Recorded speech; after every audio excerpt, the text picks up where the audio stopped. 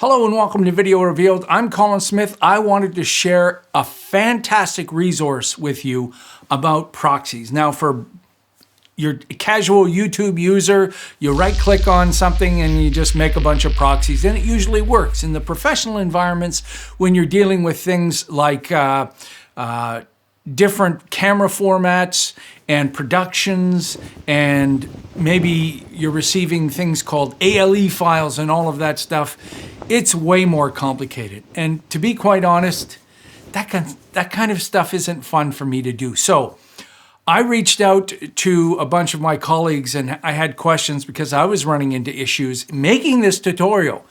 And then Jarle Leirpoll, who is a fantastic guy from Norway, who's wrote a whole book on Premiere Pro, he has an incredible blog post with every single bit of information you need for advanced proxy use. Let's just look at this, and I'll put a link in the description. This is the complete guide to Premiere Pro proxies and proxy workflows. There's Jarle right there, and it is full of all of this information about creating them, watermarks, making them automatically, manually, making proxies using third-party software, raw files, lots of things in here that are very useful.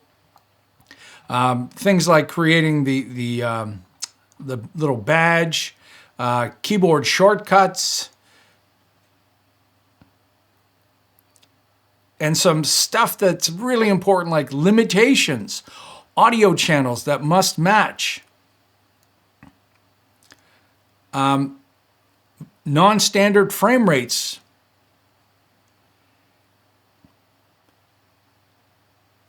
productions, how to use it in Premiere Productions.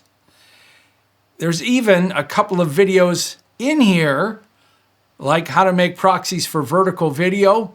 And my buddy Carl Soule, this is a very long, detailed 21-minute video about dailies and turnovers when you're working in a professional environment.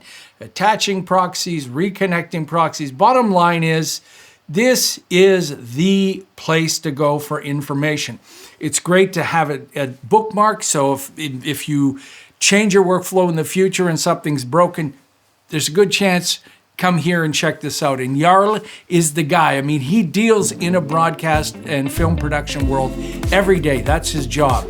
And he's the one that I always go to for answers. So when I just reached out, he said, well, why don't you just post this? I looked at it and I thought, there's no way I want to make a tutorial for this. Sorry about that.